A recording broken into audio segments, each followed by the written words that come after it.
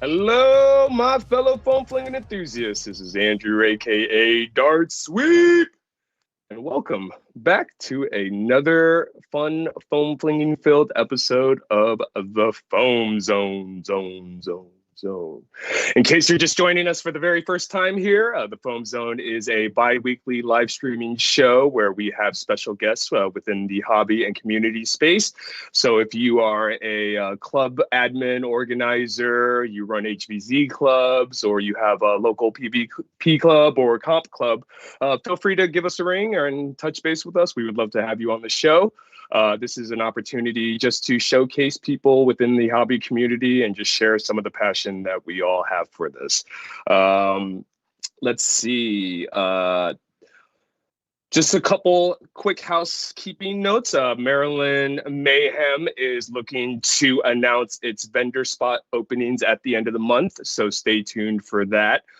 We just want to make sure filling up the sponsorship tier. So if you're interested in being a sponsor, please contact us. We would love to have you, as well as any donations that you may be willing to provide, which would be great since we are a community. It takes a community to make these things happen. Also, stay tuned for some Survival Fest posts and updates, missions, themes, information regarding venue. The Foam News Collective should be having their episode and podcast streaming this weekend, so looking forward to that. And it's very exciting, but we should be getting some news about End War 2024 coming up, which is also conducive to this evening's episode because we actually have one of the organizers from 2023's End War.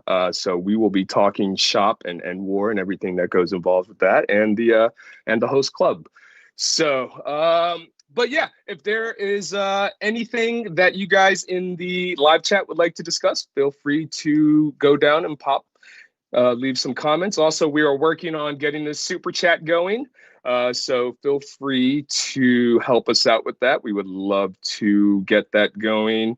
Also, some really exciting news that I'm personally excited about. I don't know about you guys, but I'm sure that we've all seen the new Nexus Pro X and the Aeon Pro X from Adventure Force Dart Zone leaks have come out from Nuremberg. So hoping to get those stateside at some point and get those showcased for everyone at some point. Very exciting. If you're looking forward to seeing those, tell us what you think about those in the comments. We'd love to hear what everyone has to think about those.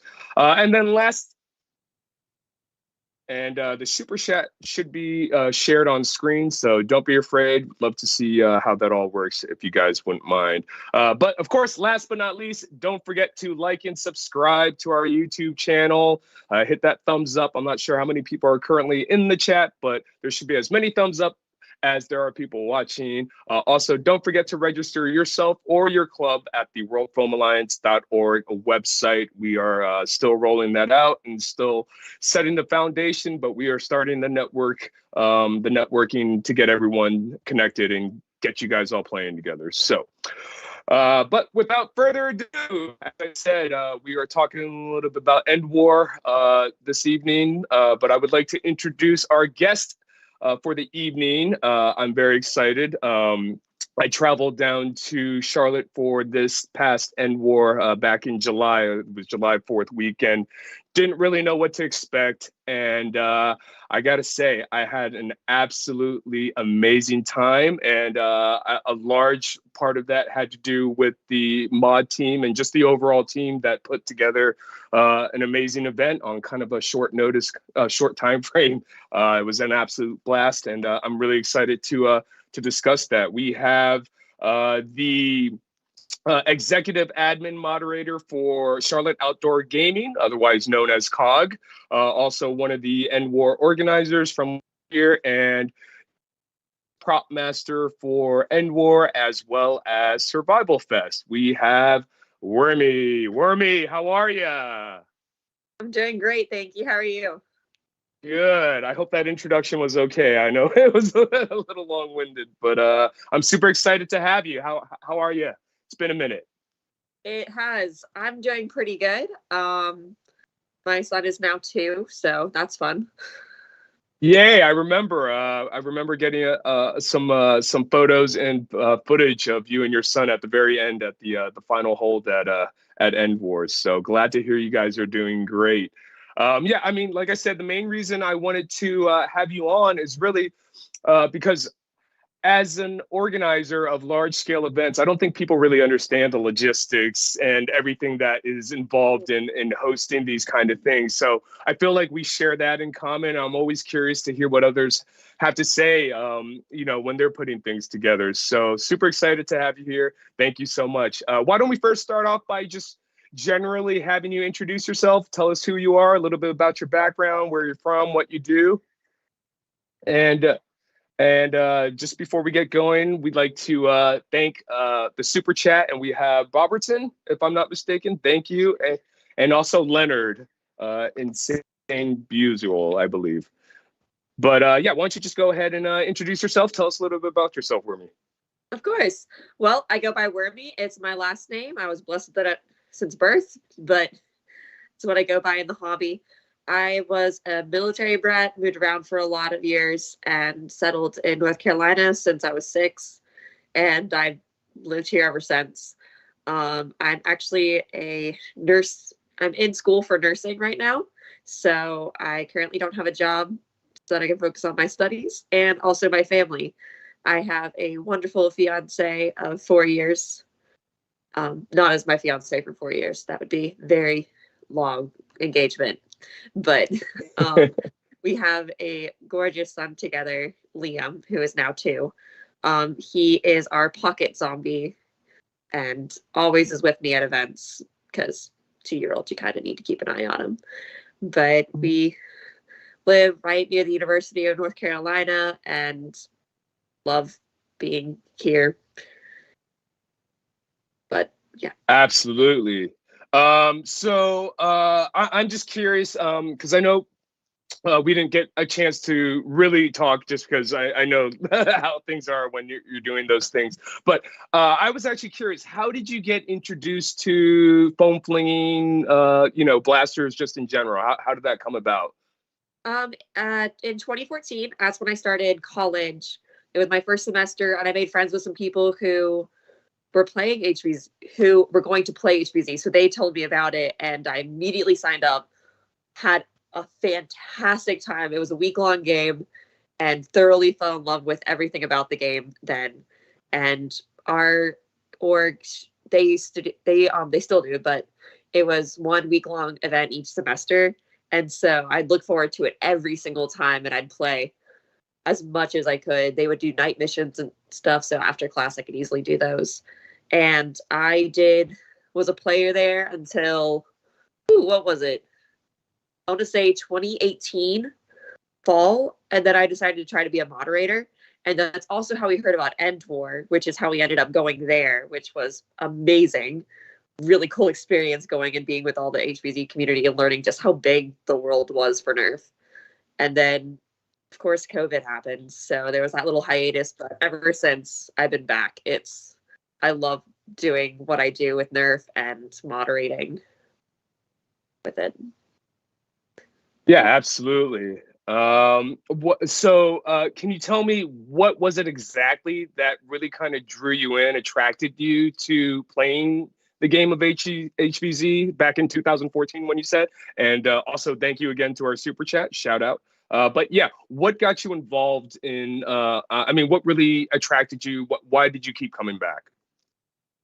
Part of it was the community. I had a really great group of friends. I thought the moderators were like gods on earth because they were really cool. But what kept bringing me back was I was a human for a lot of those. I would always pretty much survive for a good portion of the week as a human. But I don't know why, but I loved living in fear and terror constantly. Just like going out and just constantly being on like vigilant. Like it kind of helped my ADHD side of, oh, I need to be constantly just aware of what's going on around me. Right. And I loved that part of it. And also just we do a lot of puzzles and things with our org, and I love puzzles. I absolutely love puzzles. So I got to solve a bunch of them and solve them under high stakes duress, which is even more fun for me. and then mapping campus, like learning the routes and such, and working as a group with things. I really just like that in general. And so as I like played more, I became more like prominent in our game so that I could lead other people, which was great. But having eventually like playing the game enough, I was like, let's try out being a zombie, because I was pretty good enough to not get turned until the very end. But then I started being a zombie. And that's when I also fell in love with just scaring people in general. So I went from loving being scared to loving scaring people, which it's a little bit a different play style, but it just, I have fun as both now. It's so incredibly great. Absolutely. Yeah. I mean, same thing for me. It really sounds like the challenge of, trying to survive as long as possible and, figuring out the game mechanics, what best approach it is to solve these puzzles. And then, the whole other side of it is, I know everyone likes to be humans and try to survive as long as possible, but there is something very self-gratifying about getting zombie kills on humans, and then it becomes a challenge. I've tagged this many humans this night. How many can I get the next time? For me, my personal best was I think I got 8 tags in a 1-hour mission one night. Yeah, and that was at UMBC. I forget which mission it was. We had t-shirts on and you were either a spitter or a tank or something like that, and I was a spitter that night, a horrible spitter, and I was a spitter at End War as well, and a horrible spitter at that too there. But I remember that specifically because that was my record. I've been looking to break that record. But yeah, it's that challenge of figuring out those game mechanics and beating the game, and really challenging yourself. And then, like you said, just having that community that you're a part of is, at least for me, the appeal and attraction for being a part of this. So if you're down in the live chat section, what do you love about HVZ? What do you love about playing the game? Do you love the challenge? Do you love game mechanics? Do you love solving puzzles? Let us know. I'd love to hear what you have to say. Also, I didn't get a chance to see what everyone was saying about the Nexus and the Aeon. I'm really interested in seeing what people impressions are that. If you're interested in calling in at any point to talk to Werme, go ahead and call into the number that will flash magically down below. Or should I go this way? Probably this way. Or that way. There we go. I knew it was going to be one of them. There we go. Yeah. So just call in. Would love to just say hi. Or if you have any questions for Werme or myself, please call in. Would love to hear from you. Also, please don't forget to hit that like button and subscribe. And also don't forget to register yourself and your club at the worldfoamalliance.org website, please. Werme, do you remember the first blasters that you were using back in the day when you first started? Let's talk some history. What were some of your favorite blasters? Actually, what was your very first blaster that you remember using? Let's start with that one. So my very first blaster I got because my friend got tagged, and so they gave me their blaster, which they had just bought too. It was 2 of them, and it was a Busby blaster. Yay! 6-shot. One of the first things we did was just change the casing because there was a yellow one and there was a blue one. So we went and combined the 2, and that was my first blaster. But primarily, I would use socks. You're a sock ninja. Time. Yes, I was very much a sock ninja. So much to the point where it just became a thing where, like, I just didn't use a blaster because I could just throw socks. I always had blaster jamming problems. So. Sure. Absolutely. Yeah. Another well-known sock ninja that I'm aware of from your area is Shinobi. I'm not sure if anyone is familiar, but Shinobi is definitely a very deadly sock ninja from my experience, and I know that she had some playing time down at your area. So might be the area. Well, part of the reason that we got so good at socks in my area is because we actually had an incident happen on campus, and for a couple years we weren't allowed to use Nerf on campus. Oh no. Yeah, we had 2 big incidents happen. One of them being someone had a false alarm and thought that someone was carrying an actual gun, but they were carrying a blaster. And so we got Nerf. We lost Nerf for a couple years, but then we had a shooting happen on campus. Right. and And that kind of kept it sure, and away. that kind of also played in some of the logistics of the planning for End War, but of course we can Yeah. discuss that as we get towards that, which of course is completely understandable. But what so your favorite your blasters that you were using started off as jank Busby blasters and then evolved into sock ninjas. Now, what are some of the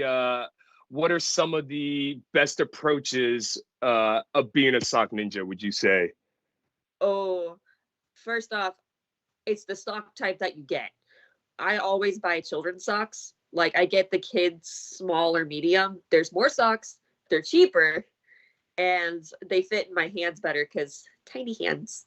So I always try to I make my own socks. I don't really like getting them from other people because I like them having a certain level of firmness to them. And I'll hold 3 in each hand. So I'll be holding 6. I only throw one at a time, but it lets me have like how blasters have their magazines. I essentially can hold on to 6. I can hold on to those so that once I throw one, I can then throw another one and be ready.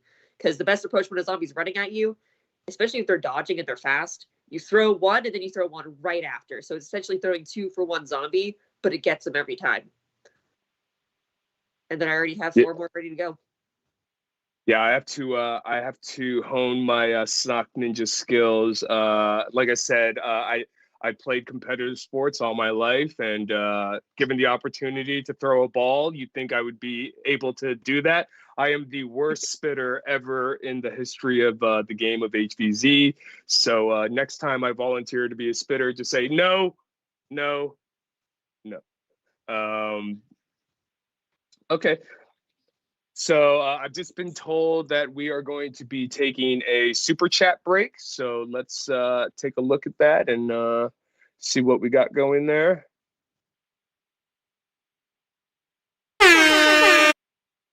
And I also would like to just remind anyone that if they would like to call in, to feel free to call in. Let me just see. Where do I So we see this? have our first super chat from Bob Burtston. Make sure Brain doesn't get an arcane pin. Arachne. Arachne. Sorry. Yep. You live and you learn. But we also have Pandora Nerf, Wormy, and no Arachne pin for Brain. Say it again. Sounds like we have Brain and Kelsey. Sounds like we have Brain and Kelsey in there. Is what it sounds like. Thank you for the super chats. Brain would be asking for an Arachne pin. And that was your character. That's who you played at End War, which we do have a photo of. We'll cycle through those at some point. But I'm very proud of that photo because I believe I took that photo. So it was a beautiful photo. But yeah, awesome. Shout out to the super chat. Appreciate you guys. So let's just get right into it. Let's talk a little bit about Charlotte Outdoor Gaming. What can you tell us about it? What's the history of Charlotte Outdoor Gaming? So it started out as just like a group of people who wanted to play HVZ, and it started a couple years before I got involved, of course. What was it, 2010, I think, whenever it started, maybe? But they quickly realized that if they became a student org, they could get funding from the university. So they did that. It brought more structure to the org as well because you have to have your president, your vice president, your secretary. And they also adapted over the years very, very well, actually, to help make things more fair and accommodating for all the moderators and such. So they have a 5-person executive team. You got your president, your vice president, secretary, your treasurer, and then we have a position called mod at large, which is kind of like the HR. They handle like that type of thing. And that's actually the role that I fulfill on the execs is mod at large. And within the executive board, that's the one position that can be a non-student. So that's why also I have it. But the organization, they have the monopoly on Nerf as the student org. That's how that works for us, is we have monopoly on anything that's related to Nerf. But in our name, it doesn't have Nerf at all. We're Charlotte Outdoor Gaming. And that's because we also had to make sure that we included other things that weren't Nerf. So, especially because we lost Nerf for a bit there, it would have been really embarrassing being a Nerf org with no Nerf. Sock Ninja. Yeah, Sock Ninjas. But they chose the name Charlotte Outdoor Gaming because it allowed them that ambiguity to run things. Because one of the first events I actually played with them, it wasn't HVZ, it was Capture the Flag. There were no blasters. It was old school Capture the Flag with giant flags and cones.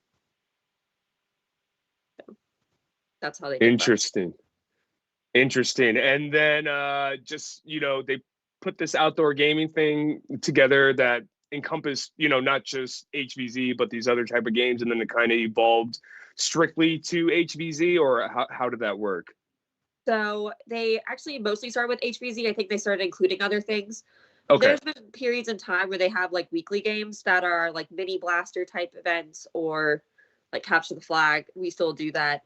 We actually have a sub org that takes care of the weekly games that we do each week. So they help run those. So again, Capture the Flag. The people who come to them, it's a kind of a smaller number than we'd like, but it's about 20 people. So we only need about 2 people running those. So we doled it out to some members who would come and play who wanted to help like run that part of it. So they just specifically handle weekly games for us. Sure. So you have weekly games, you have week-long games, and then I guess you have invitational, which would be End War, essentially, is what it is. We did have an invitational in the fall as well. Okay, you did. Okay, fantastic. So what are the differences between your weekly games, your week-longs, and then your invitationals, would you say? So the weekly games, those ones generally each game would last about 30 minutes, so we can play like 4 of those in a night. And we play the same game. So we have game write-ups, they're already established. They get played maybe 4 times. If they really don't like the game, then they switch to something else, but they still playing. For our week-long HVZ game, we have 2-day missions every day with a night mission that's generally lasts for about 2 to 3 hours. And so that structure there is mostly what we concentrate on and work on, because it does take a lot of time to get that all planned out and all the props and such made for it and making sure the resources are there. And generally those weeks are ones where you can't function afterwards because it's so long. And for the invitational events, we basically take a night. The way I best describe it is that we take all the night missions from a week long and just stuff it into 2 days, which is what we did for the fall invitational that we did. But End War kind of operates a bit differently because it's a lot bigger scope of functionality and such. And so we did kind of go with make it kind of like our night missions, how we do on our campus, but some changes had to be made. For sure.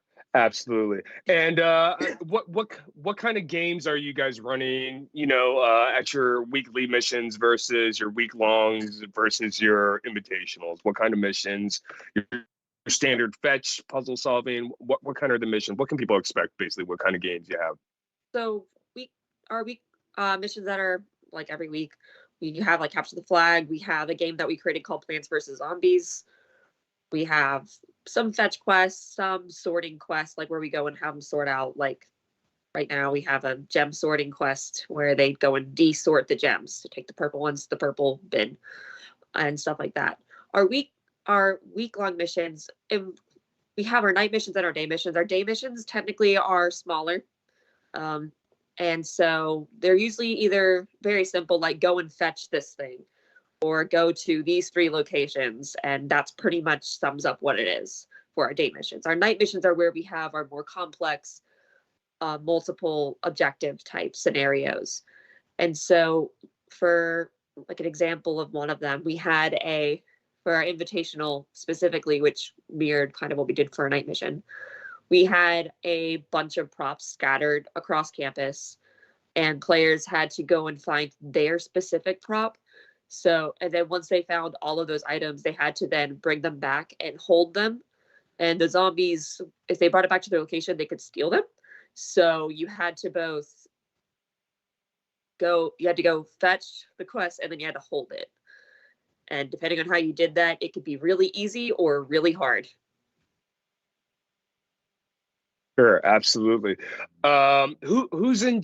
So now with your team, who's in charge of creating the games? Do you guys have game submissions, or how does that work? Creating missions? Do you guys work within the admin team, or are you pulling from the players? What's the process of generating missions for the club? So our mod team makes all the missions, designing. We also design all the lore and stuff. The players just come to play. And so with our mod, we have our exec team, like I mentioned, but then we have people who are not execs.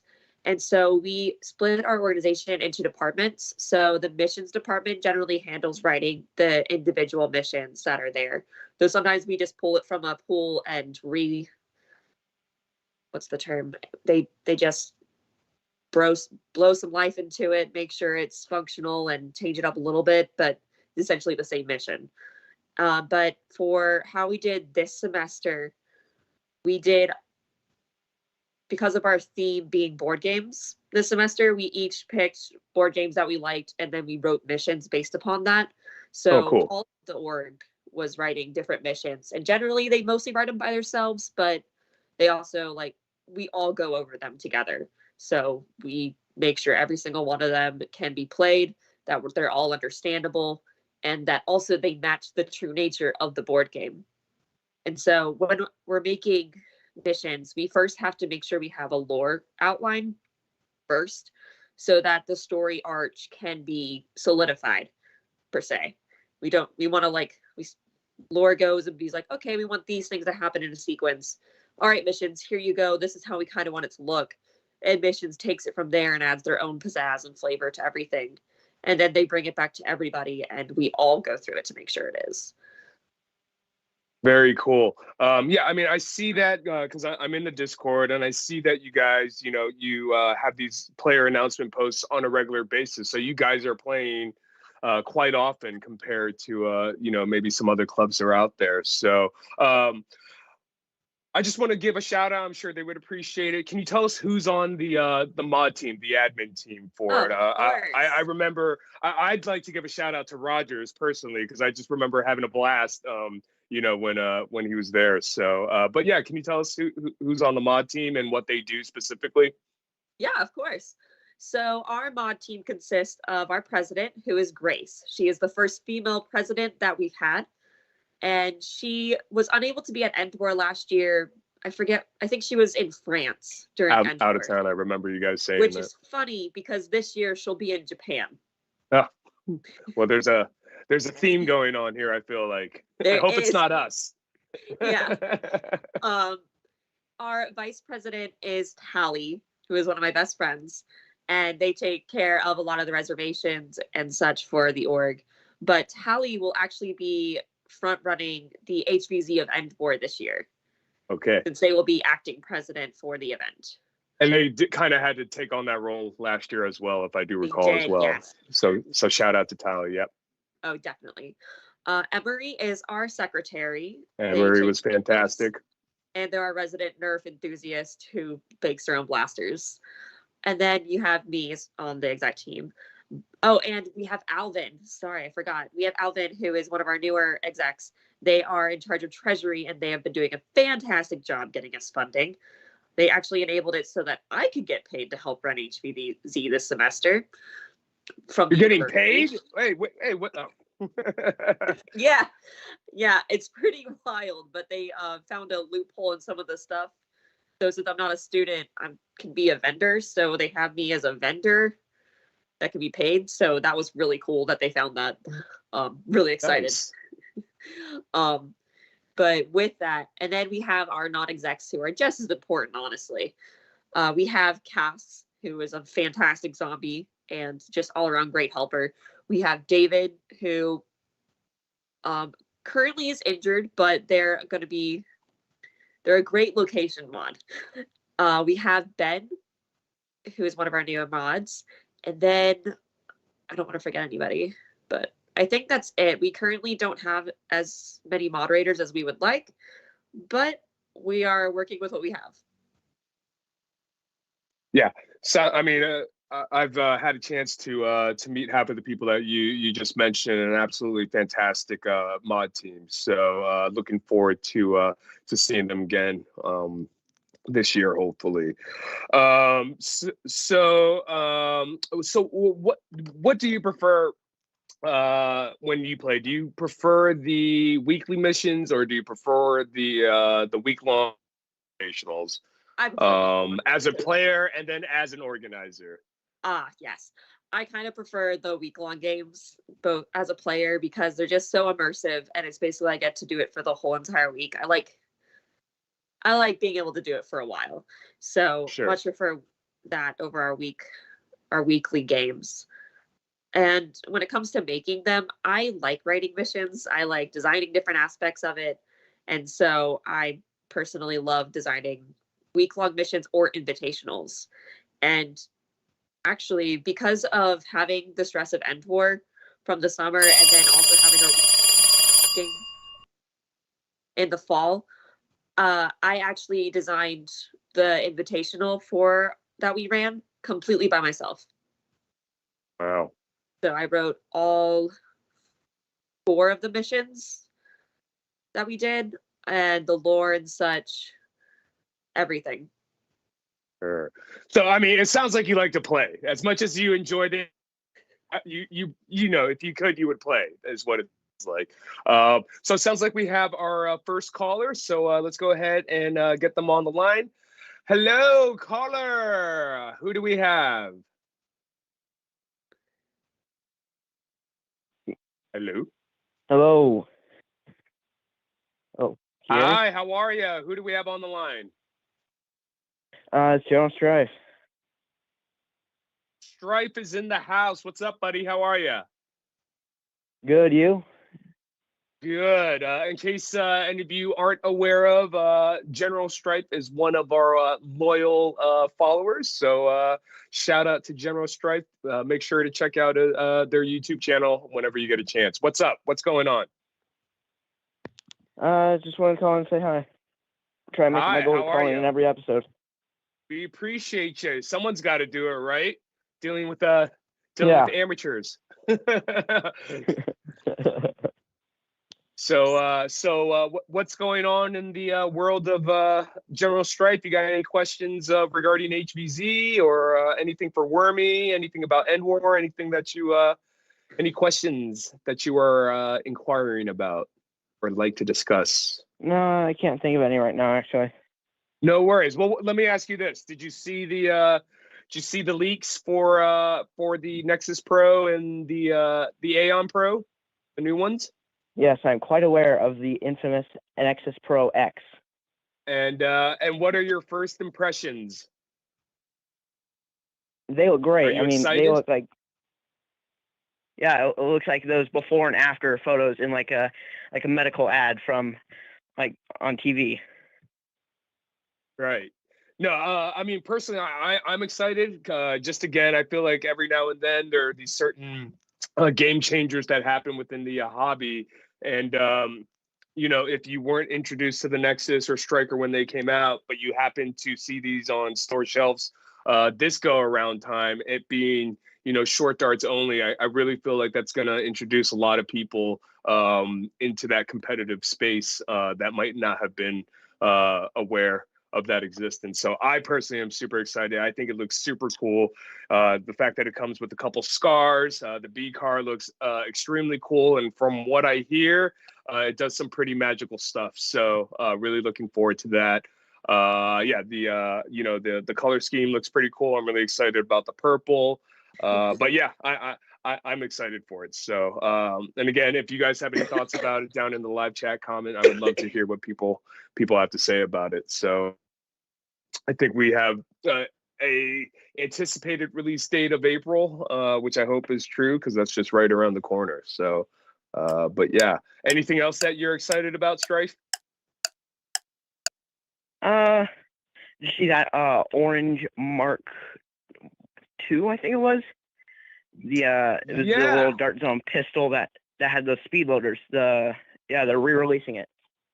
Yeah, they're re-releasing it. I believe the orange was a Walmart exclusive when it was released to Walmart, but now they're just releasing it in the orange color scheme to the masses, which should be pretty exciting because I mean everyone loved the Mark II when it came out, and then the 2.1 of course came out, but it's a little too spicy I think for some HVZ play. So having the Mark II in that nice bright orange color should be fun to have back in action. So I have a couple of those. I have both the Target version and the Walmart version.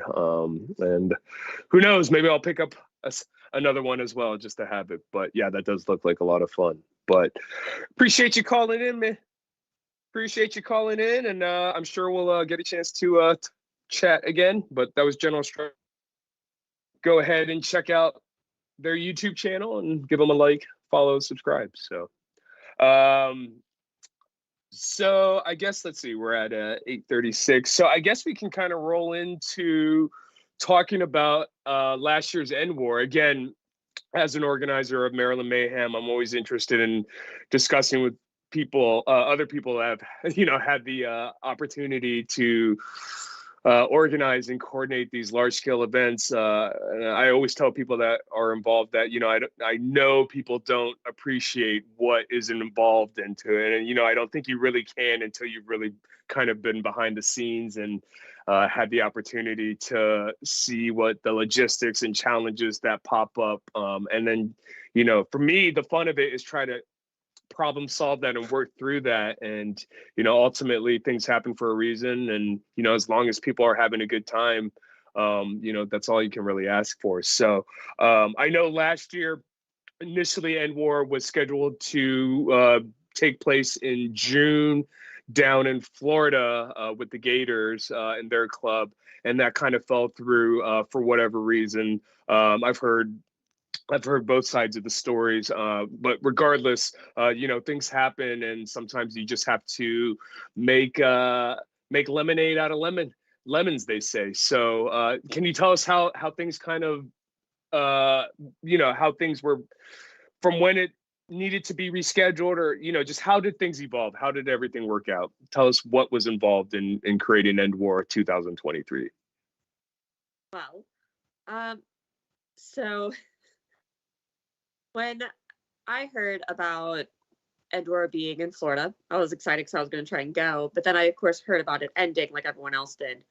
And that was kind of sad.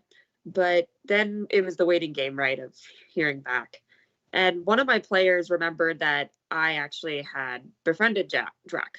And so they told me that I should like message him and see about having it at UNC Charlotte. And so I did. And he immediately got back to me and was like, sweet, when do you want to have the event? Which I was pretty much not expecting at all. Right. I was like, I literally messaged him and I was like, hey, do you want to have End War here? My university is what it is, and like pretty big. It's near an international airport. Like I was trying to sell it, but I didn't realize that I didn't need to sell it. He was literally trying to find a place. And so the minute we like got on the phone together, we talked about it, and I was like, cool, let me just like check things with my org and make sure, and cool. And so I went to my organization and I literally was just looked at him. I was like, hey guys, Drac wants to have End War here, and if you guys say no, I will kill all of you. Not literally, but it was very much a, you're an idiot if you don't do this. And like, sure. I did give him the heads up, like, hey, there's been some like stuff that's happened in the past, there's this, but I am pretty good friends with him and I can be running point for it, because we also had our HVZ coming up, and that was a big concern for people. And so this happened around the end of March, early April. And so I got them on board. Basically, we locked in, said, yes, we're going to try to do this. And so End War wasn't announced until I think May. Am I wrong? It was so I believe the way it happened was the initial End War announcement was made in the beginning of January or end of January, and then they ended up having to reschedule, which they said would happen in March. And then I don't think it was until about the end of April, early May that we actually got the official announcement of End War. for this year. But yeah. So during that time, I got on it about the end of March. That's when I started working on it. And I was meeting with the university, trying to find a weekend that would work for it, trying to get the appropriate reservations made, because I had to find reservations for FoamCon, H3Z rooms, and for the Foam Pro Tour. And so by the time that I got a hold of it, all of the campus rec fields were booked. And so that was a no-go. And whenever I approached them about having Nerf indoors, that was also shot down at that time. And so I had to go and just find basically a room for Friday and Saturday, which, as you guys know, we had the big giant room for the Foam Con that we got for Friday that was unavailable Saturday, which is why we had all of those rooms. But I specifically, whenever I went to make the reservation, I asked for at least 4 rooms somewhere, which thankfully we got the second floor of the Union that was set aside. And so I had my reservation contact do that for me.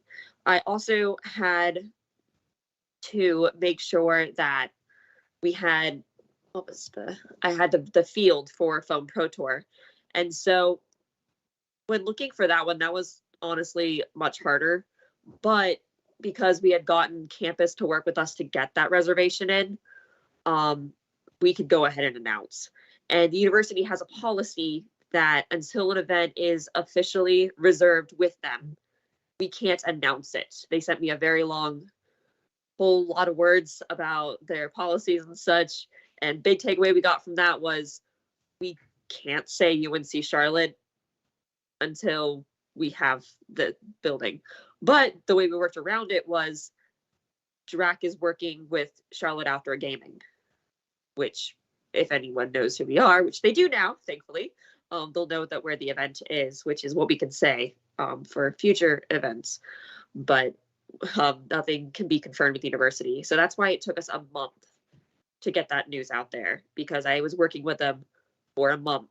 I had emailing them weekly. I went up to their rooms. I went and talked with them because the first one I put in wasn't done correctly within the format they wanted. So I had to go and re-talk to them and ask them which one they wanted.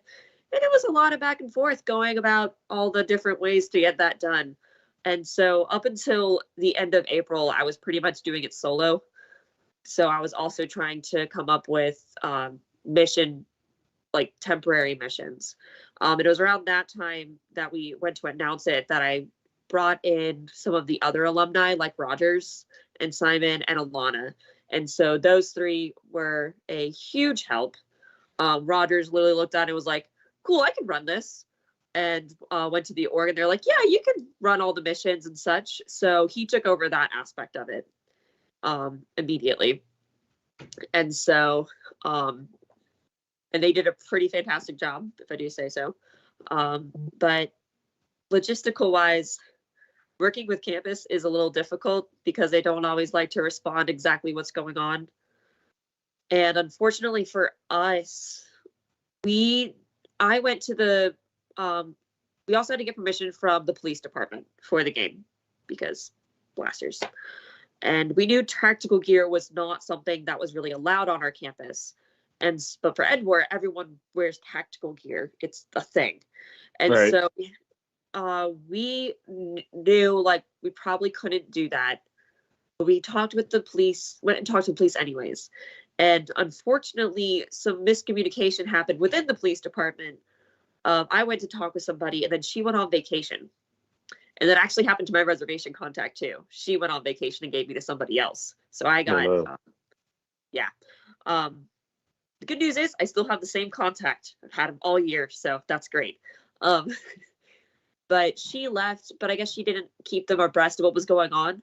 So even though I had emailed the police about once a month, the police didn't really realize what was going to happen with EndWar until about a week or 2 beforehand. Oh, wow. That's why the gear restrictions changed like they did so fast. I know a lot of people were a bit disgruntled by that, but we literally had no choice because campus heard we would have maybe like 200 to 400 people. We were estimating because we had no idea how many to expect with the reservation taking so long to announce. And so we they it almost they were trying to say that we shouldn't have the event happen almost a week or 2 weeks before End War. And we're like, wow. we've been planning this for months. I have email proof for you. Had to have a meeting with them, my reservations contact. I had to have a meeting with the Student Government Association with them. It was a big whole deal. I had to grab Grace, drag her in with me. And oh yeah, funnily enough, we had a big turnover at the end of the semester because we had people graduating. And so Grace became the president at the end of that. Grace became the vice president at the end of that semester. We had someone else being president. And then as we got closer to End War, that person realized they didn't want to do this. So Grace became president then. And that's when Tally went from being mod at large to being vice president. And that all happened very close to End War, which was unfortunate. But the good thing was most of the people working on the group were alumni. So yeah, that was a long, hard process. But this year is a lot easier. Planning invitational events that may or may not happen at UNC Charlotte, but events that are working with Charlotte Outdoor Gaming. We've had to wait for the summer schedule to come out. So unfortunately, my university is a bit behind with that. We had to wait until January for that to come out. So that finally came out, and then we had to go about reservations for if we were to have a theoretical event over the summer, which I cannot confirm or deny. Sure. Yeah. I mean, it sounds like to me, it wasn't so much of a lack of a communication as much of as it was just there wasn't anything you really could do. You just, you were waiting, and you couldn't communicate that this was a definite thing.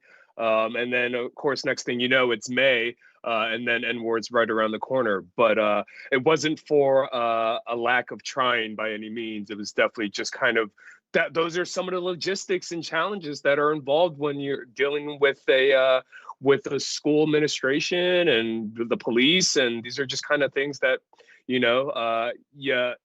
can't necessarily anticipate for. But, after having this experience, you know that now going forward. But you can plan and plan and plan, and this goes for everything.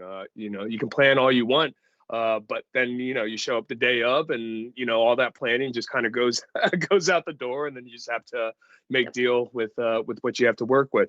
I know another thing, we kind of briefly touched upon it before, was there was an incident in the history that happened prior that also affected some of the logistics, more specifically to, I think, the FoamCon part of it, but, definitely wasn't a make or break deal. But again, just kind of one of these communication things. It sounded like it was news to you the day of. But if you just want to talk a little bit about that, just so there's some clarification and, kind of what, going forward can be, people can expect. So. Yeah. So Friday of FoamCon, we had all the blasters that were in the building. And so our campus has a policy of if you're in a building, your blasters and Nerf need to be concealed. And part of that was due to, actually, the reasoning behind that was we've been doing that long before the shooting happened and the false scare that we had. Because we didn't want to interfere with the learning environment. So we instigated that rule then. But then it got re-solidified as an actual rule with campus once those two events happened.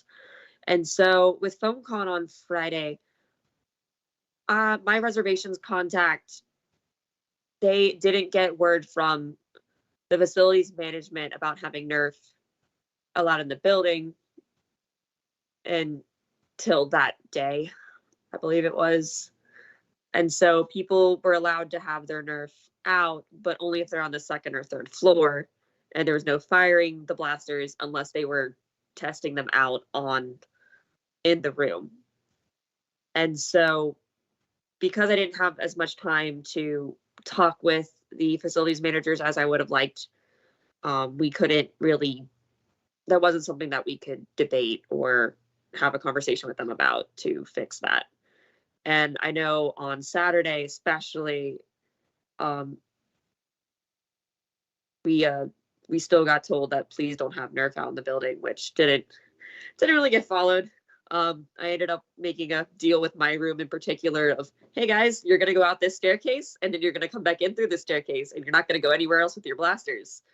But that was just my room. But for this year, the logistics are looking a bit, well, I have a lot more time to plan things and to get things rolling with for End Tour, which I'm basically doing the same exact thing I did last time of getting all the reservations in hand and making sure that whenever it comes to designing and creation of things, that it's going along schedule. And so I also am the one who communicates with Drax, so to keep him abreast of all the information that's happening. So with that, I've been able to schedule many meetings with my reservations, facilities management, and the police.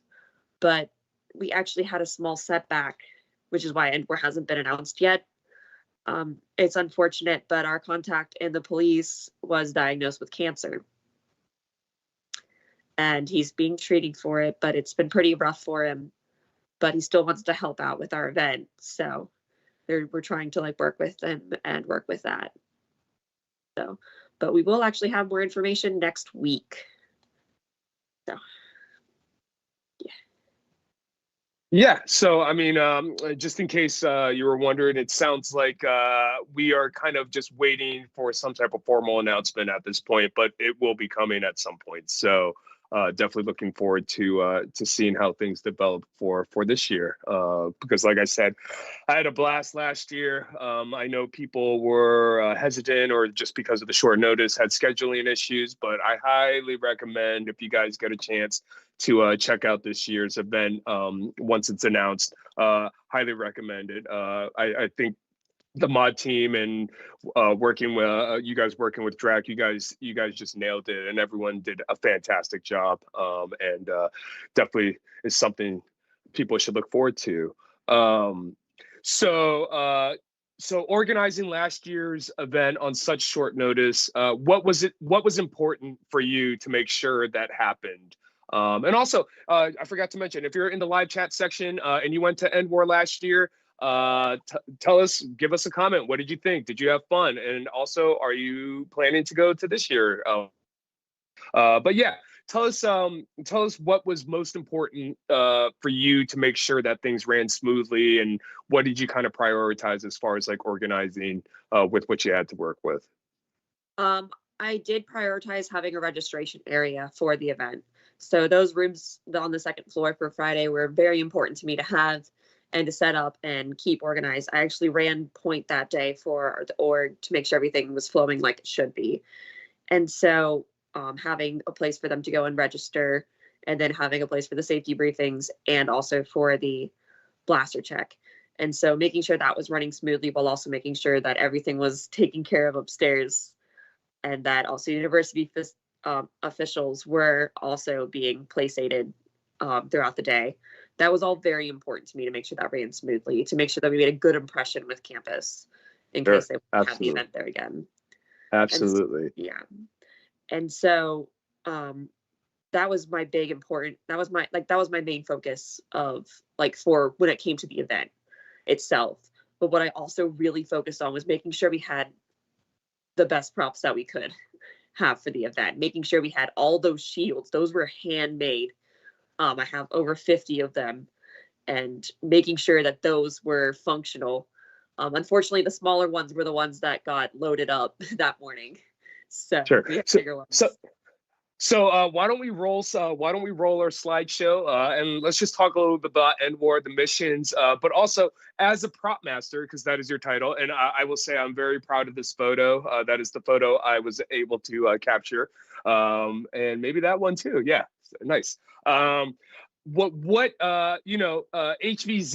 putting these props together and creating this story. Let's talk about the missions and kind of your thought process as a prop master and what was involved in making these missions happen.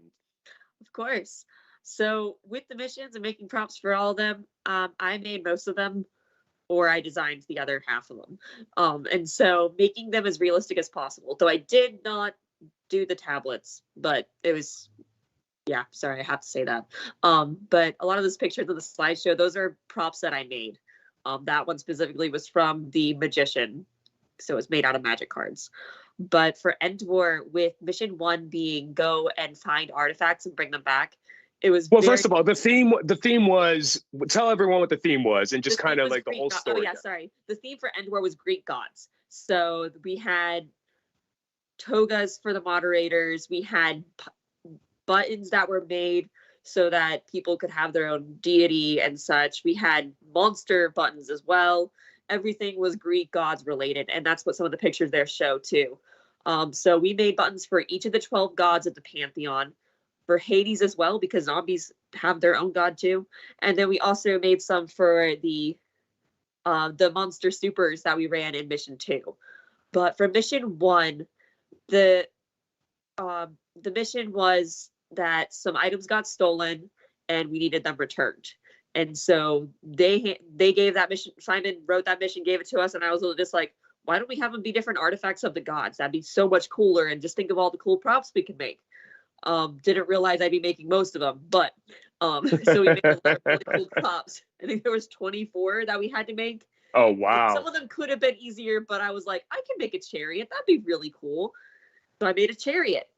But that was very fun for me, was making a lot of those props and such for it, and like figuring out, okay, this is the deity, this is what the prop should be for that deity. Because I was the one who actually came up with Greek gods idea, because I love Greek mythology. So I had all of the knowledge there and all of the tools to make most of these. So that was a lot of fun, honestly. I'm very proud of those props and how they turned out for that first mission. It was a great theme. Yeah. Possible.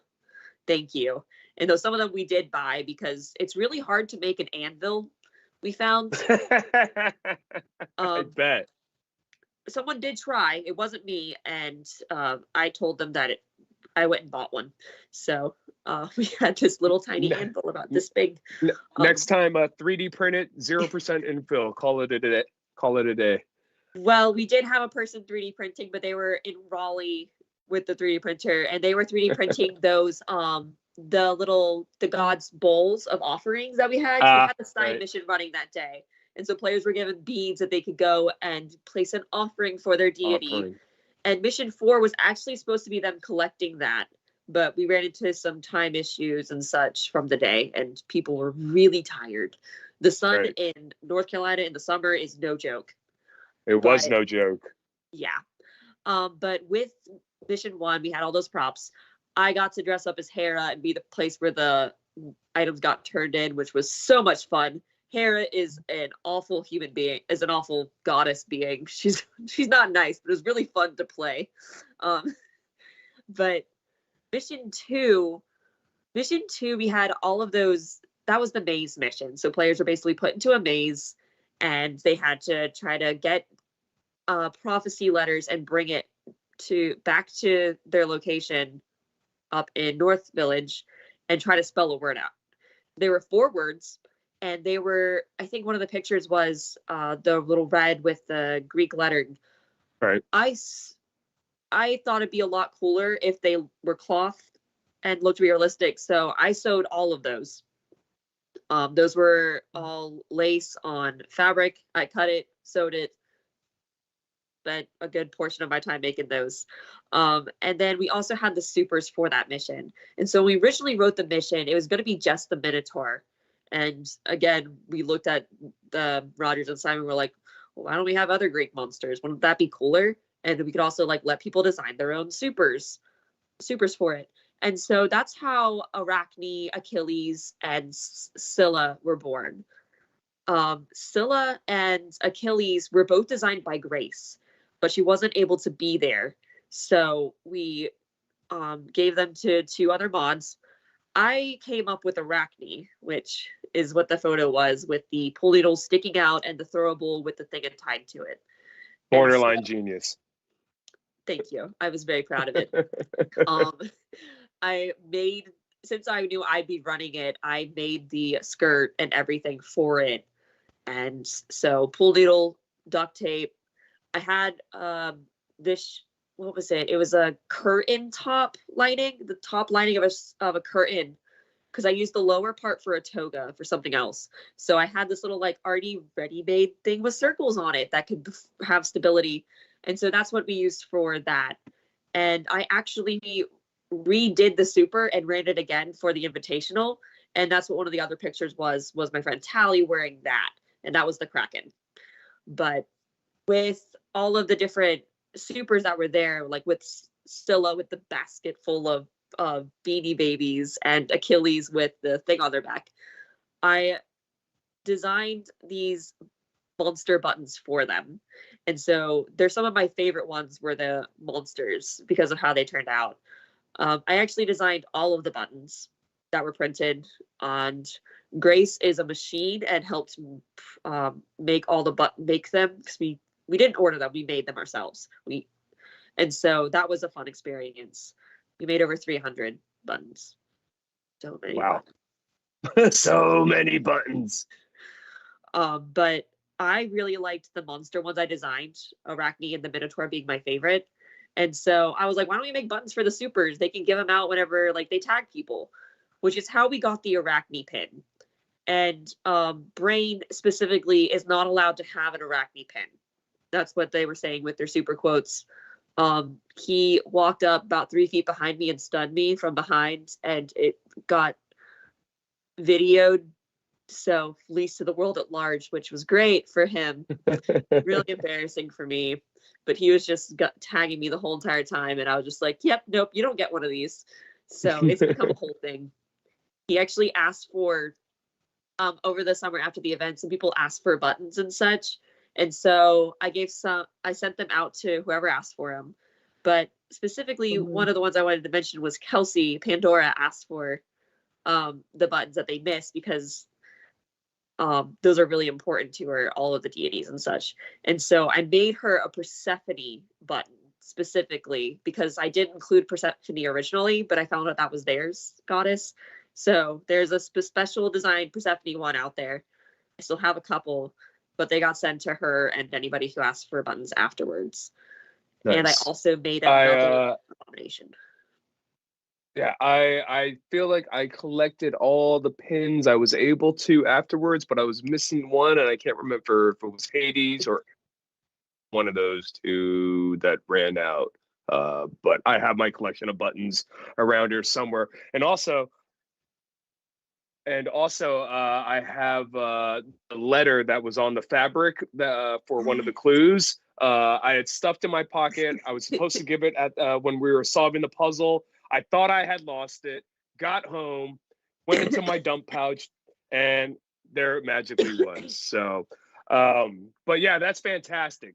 So I'm curious, if you're in the live chat, what we said that this year's Enworth or last year's Enworth theme was Greek gods, and this year's Maryland Mayhem theme is going to be the Wild West. And I forget what's Survival Fest theme, video games? Spies. Or what is it? Spies. Spies. Yeah, that's what it is. I am curious, what theme would you guys like to see at upcoming large-scale events down in the live chat section? Love to hear what kind of theming you guys would like to play at your next HVZ event.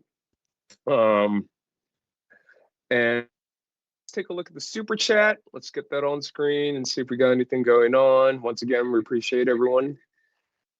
If you guys post something in the super chat, we'll go ahead and get that on screen. Also, feel free to call in. We'll pop up that call-in number at some point. Feel free to give us a ring. But also, I think I'd also like to do our contest giveaway. We talked about Enwar being Greek god themed, and that you made some props for it. And we won't say exactly what this is because I think that's the actual prize. The prize is going to be a prop from Enwar, courtesy of Werme here. But how do we want to phrase this question? We talked about this at the beginning before we went live. How do we want? We'll have you phrase the question, Werme. Give them the clue. And then the first person to call in with the correct answer will be the winner, and we'll send that out to you. So it prop, And what was this prop? And if you can name the prop or who the prop is from, we'll give you the prize. So how do we want to phrase this question, Wormy? Okay. Which weapon serves the god of war in his day-to-day fighting? So that is the clue. Go ahead and repeat that again. If you know the answer, call in and give us the correct answer. First one to call in will win that prop prize as this week's prize. And I got to say, I saw it in person. You definitely want this. So once again, what is the question, Wormy? Which weapon serves the god of war? I will say. Oh, look at that. It's all fancy. We have it actually written out on screen. Nice job, Daffy. I like that production value. I will say, if you have the pin, it is not the one in the pin. I know people right now are going on Google and just typing it as fast as they can just to see what the answer pops up. So it's a race. It's a race to see who's going to call in first with the correct answer. But the question is, which weapon serves the god of war? And it is not the one that was on the pin that was provided at End War. So you can't look at that. And this question, you can't scroll back in the stream and find out what the answer is because we haven't mentioned it. So let's see if we get a caller in. I believe in you. You can't win if you don't play. Let's get in our caller. Shy. I will say it's actually the Ares pin. Sorry. We'll say designing Ares pin was fantastic. All right. Still waiting for our caller. You can serves the god of war, and it was used as a prop.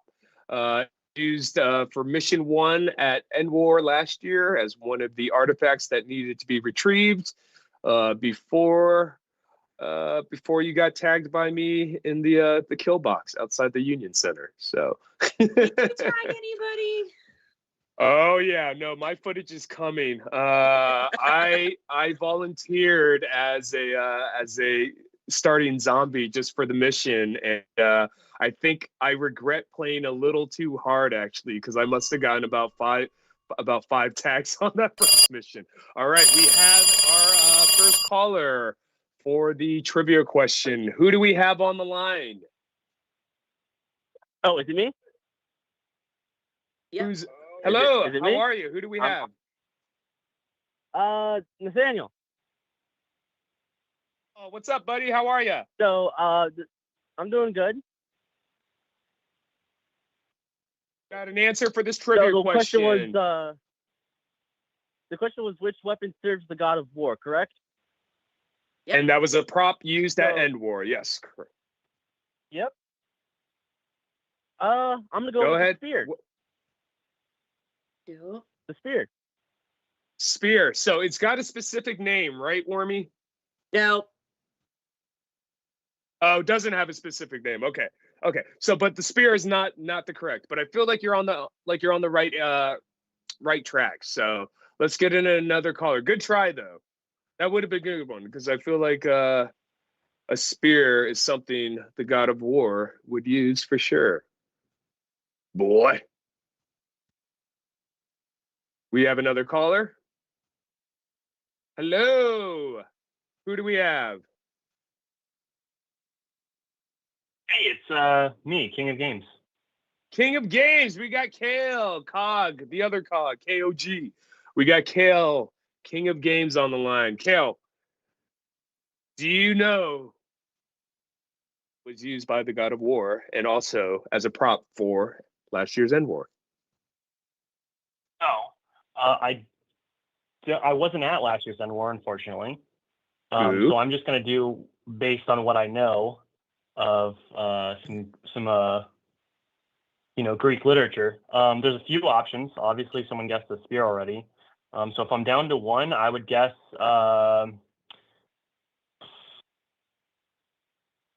There's two I'm thinking of, but I'm gonna go with the Blade of Olympus.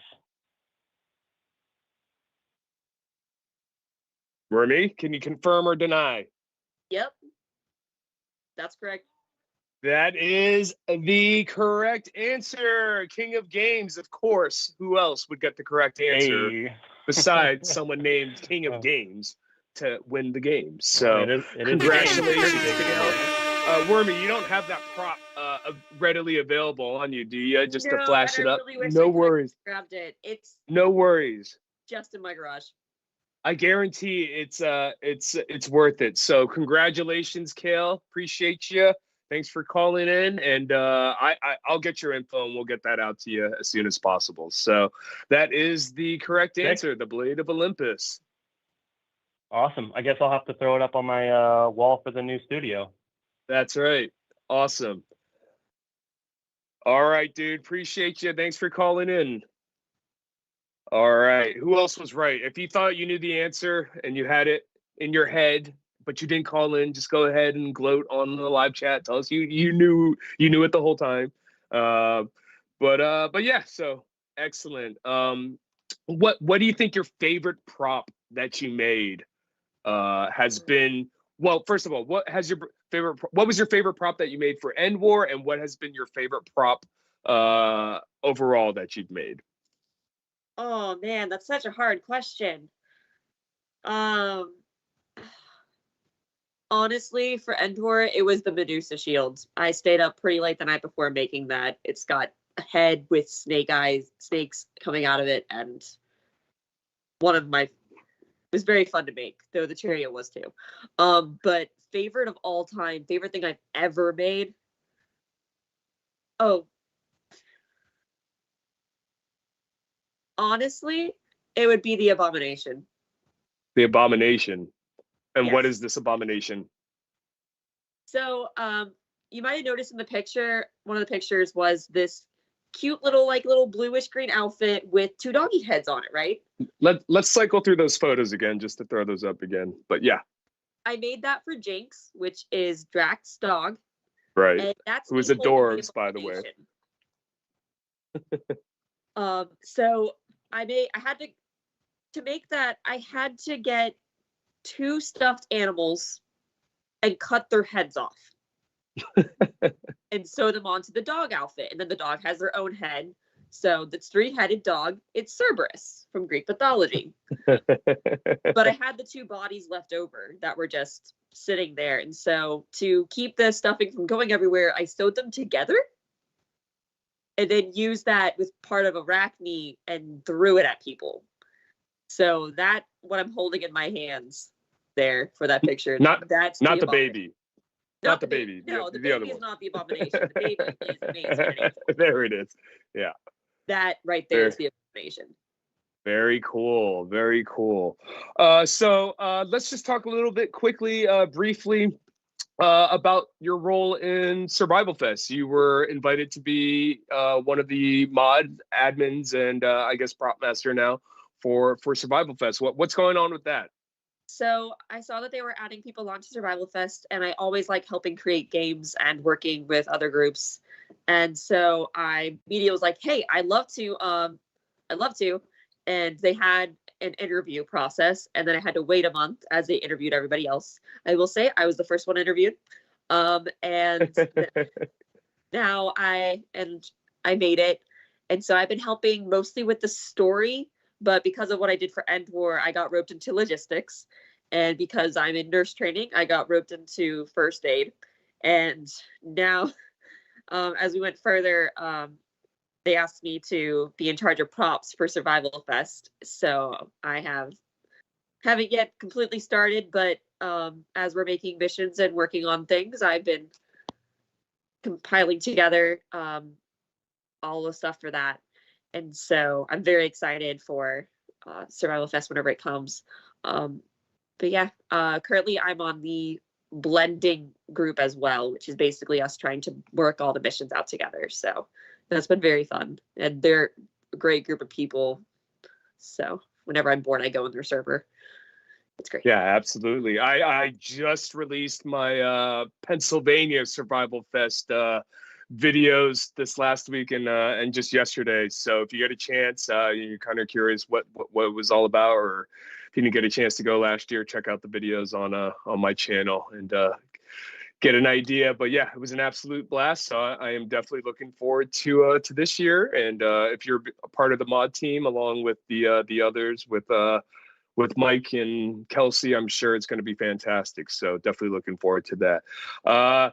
Werme, I just want to say thank you. For being on the show, of course.